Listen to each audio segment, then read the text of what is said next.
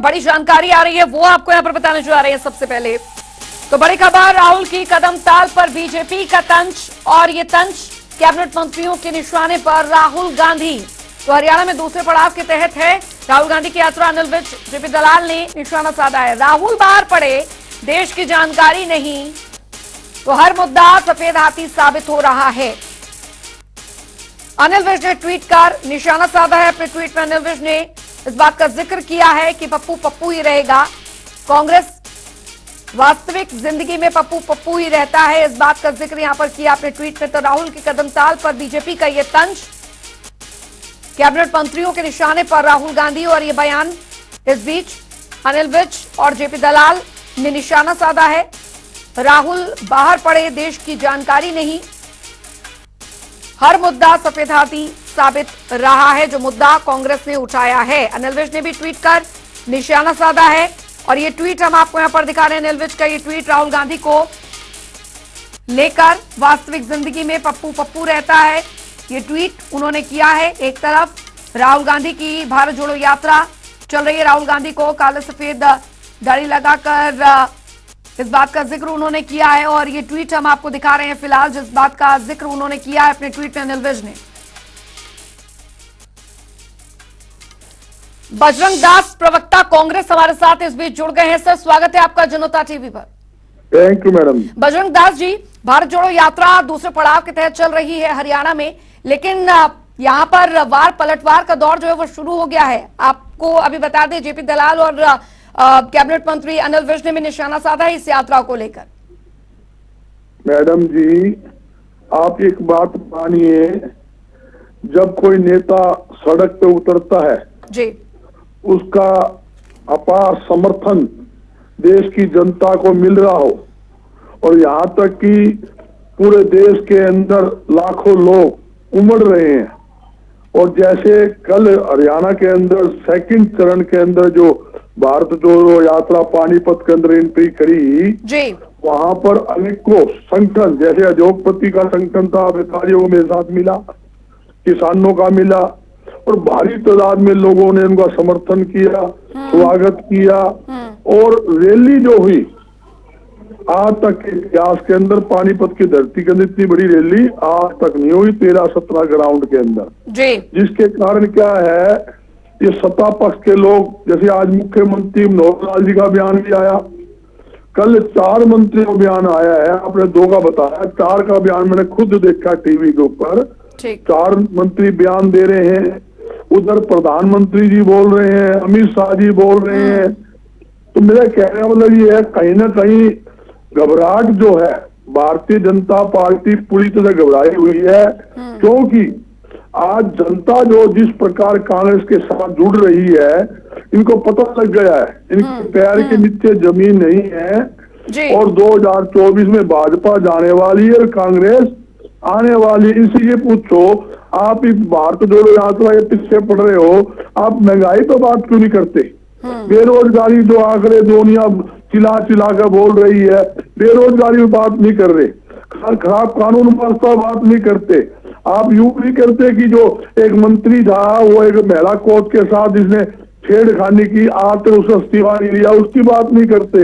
या अरविंद शर्मा मुख्यमंत्री की स्टेज के ऊपर कहते हैं अभी बहुत लंबा राज कर लिया मनोहर लाल जी ने, अगला मुख्यमंत्री ब्राह्मण होना चाहिए, खुले मन पर बोल रहा है, और एक खुले और रिटर्न के अंदर वो एक लिख दे रहे हैं कि यहाँ इस सरकार में भ्रष्टाचार का बोलबाला है, इतने करोड़ रुपए का घोटाले हो चुकी है।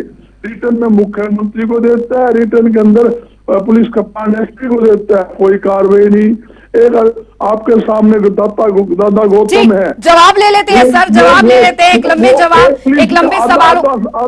आधी सेकंड प्लीज। या क्या उसने कहा, क्या गौतम, दादा गौतम कहता है एक छोटा खोपर एक बड़ा खोपर है, सब चाटने में लगे, मलाई खाने के लिए ले रहे। चलिए, इन आरोपों का जवाब भी ले लेते हैं। प्रवीण अत्रे जी, बीजेपी प्रवक्ता हमारे साथ जुड़ गए हैं। सर, स्वागत है आपका जनता टीवी पर। धन्यवाद। प्रवीण अत्रे जी, क्योंकि बजरंग दास जी भी हमारे साथ जुड़े हुए हैं, प्रवक्ता कांग्रेस, उनका कहना है कि आखिर बीजेपी वालों को दिक्कत क्या है? राहुल गांधी जब भारत जोड़ो यात्रा के तहत निकल रहे हैं, लोग उनसे जुड़ रहे हैं, जनता उनसे जुड़ रही है, दिक्कत क्या है फिर बीजेपी वालों को? नहीं, भारतीय जनता पार्टी को कोई दिक्कत नहीं है। ये कांग्रेस का एक अपना प्रोग्राम है, लेकिन सवाल तो जनता पूछ रही है।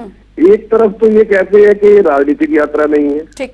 दूसरी तरफ ये पानीपत में स्टेज से अपनी घोषणा पत्र पढ़ते हैं। मुझे जानना ये है, क्योंकि ये जनता का सवाल है, जब आप इस यात्रा से राजनीतिक लाभ चाहते हैं, मंच से आप अपने चुनावी घोषणा पत्र को पढ़ते हैं, तो फिर इसको राजनीतिक यात्रा कहने से संकोच क्यों करते हैं? क्यों डरते हैं ये कहने से कि ये एक राजनीतिक प्रोग्राम है? सवाल ये जनता का है। देखिए, जिस तरह से कांग्रेसी मित्र इस यात्रा को भारत जोड़ो यात्रा का नाम दे रहे हैं, हालांकि कांग्रेस जिस पार्टी का इतिहास धर्म के नाम पे देश को तोड़ने का रहा हो, जिस पार्टी ने धर्म के नाम पे देश के 2 टुकड़े करवा दिए हो, वो पार्टी अगर भारत जोड़ो की यात्रा निकालेगी तो स्वाभाविक है जनता उस पर हंसती है। जी।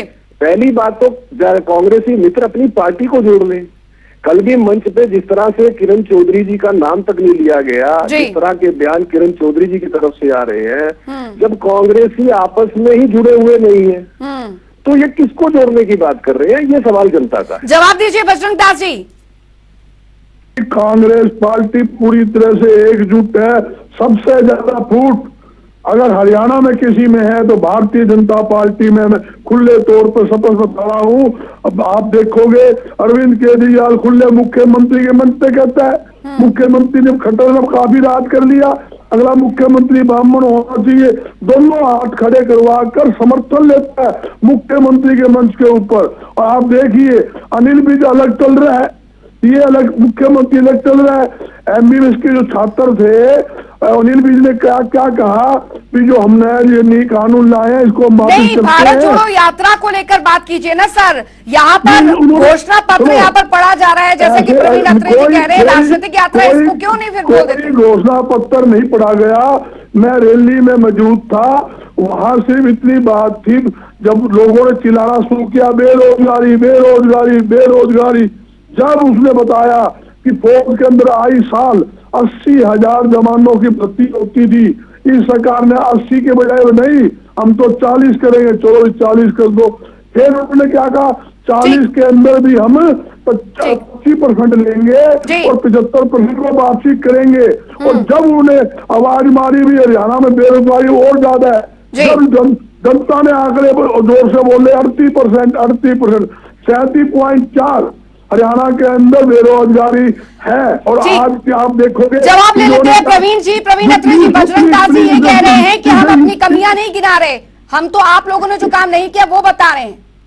नहीं, देखिए, अगर राहुल गांधी ने स्टेज से न्याय योजना का जिक्र किया, बाकायदा अपने भाषण में उन्होंने उस योजना का जिक्र किया जिसका वायदा कांग्रेस ने अपने 2019 के चुनावी घोषणा पत्र में किया था जी। और जनता उस वायदे को ठुकरा चुकी है। इनके जनता कांग्रेस पे विश्वास नहीं करती, क्योंकि कांग्रेस अपनी विश्वसनीयता पूरी तरह से खो चुके हैं।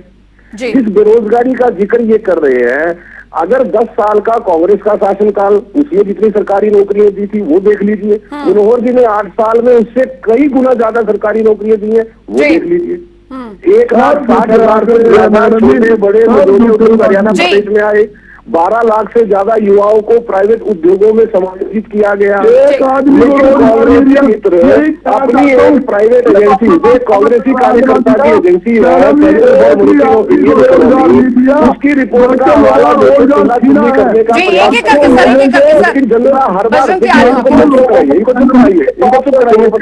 बजरंग जी आ रहे हो आपके पास सर, आपका जवाब लेंगे। एक मिनट प्रवीण अत्रे जी को पूरी करने दीजिए अपनी बात, आपके पास आएंगे।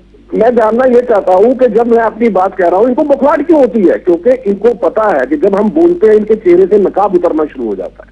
मैं ये कह रहा हूं, जिस बेरोजगारी का जिक्र कर रहे हैं, centre for monitoring of Indian economy, जिसके एमडी इन्हीं की पार्टी के कार्यकर्ता है महेश शाह जी, तो इनके चुनावी घोषणा पत्र कमेटी के सदस्य थे। एक प्राइवेट संस्था के आंकड़ों को उठा के चिल्ला चिल्ली करते हैं, लेकिन नीति आयोग ने जो अपनी रिपोर्ट में कहा है, जो एनएसओ ने अपनी रिपोर्ट में कहा है, जो लोगों ने परिवार पहचान पत्र में सेल्फ डिक्लेरेशन से कहा है, उसको नहीं मानते ये लोग। मतलब सरकारी एजेंसी की रिपोर्ट को मानने को तैयार नहीं है, अपनी एजेंसी जो इन्हीं के कार्यकर्ता। जवाब ले लेते हैं, जवाब ले लेते हैं प्रवीण जी। बजरंग जी क्या कहेंगे इस पर? देखिए, ये बेरोजगारी का जो मामला है, मेरे साथी बता रहे हैं कि हमने 12,60,000 बेरोजगारों को उद्योग के माध्यम से रोजगार दिया जी। और इन्होंने घोषणा 1.5 साल पहले की थी, मैडम जी, उद्योग के माध्यम से 75% बेरोजगारों को हम रोजगार देंगे। और मैं बताना चाहता हूँ 75 आदमी को दावे के साथ कह रहा हूँ, क्यों मैं व्यापारी हूँ, व्यापारियों के साथ जुड़ा हूँ 24 घंटे। 75 व्यक्ति को ये रोजगार नहीं दे पाए। 12,60,000 का जो आंकड़ा बता रहे हैं पूरी तरह से झूठ का पुलिंदा है, जबकि लाखों लोग, एक को तो रोजगार दिया ही नहीं, जबकि लाखों लोग बेरोजगार इन्होंने नहीं। प्रवीण अत्रे जी ये कह रहे हैं कि आप लोग इतना चिल्ला के ये सब कह रहे हैं कि ये रोजगार नहीं दिया, वो रोजगार नहीं दिया, चुनावों में भी कहा था, उस दौरान जनता ने फिर आप लोगों को क्यों स्वीकार नहीं किया? ये मैडम जी सुनो, इन्होंने कहा था अब की बार 75 पार 40 में गाड़ी अटक गई। अरे आप सुन लो, इकली बार क्या रहेगा, ये इनकी गाड़ी 4 पे आएगी। ये जो झूठे जो सपने दिखाते हैं, तो सपने क्या दिखाए, आई साल 2 करोड़ लोगों को रोजगार देंगे, 1 को रोजगार दिया। इन्होंने सपने दिखाए जो 60 रुपए का जो पेट्रोल डीजल हम 35 रुपए लीटर करे 100 पार कर दिया। इन्होंने सपने दिखाए तो रसोई गैस का सिलेंडर जो 410 रुपए का था हम 250 रुपए। चलिए वो तो बात महंगाई की हो गई। बहुत बहुत शुक्रिया बजरंग दास जी आपका और प्रवीण अत्रे जी आपका इस तमाम चर्चा के लिए। जाहिर तौर पर भारत जोड़ो यात्रा को लेकर अब हो रही राजनीति और सवाल भी और वार पलटवार भी।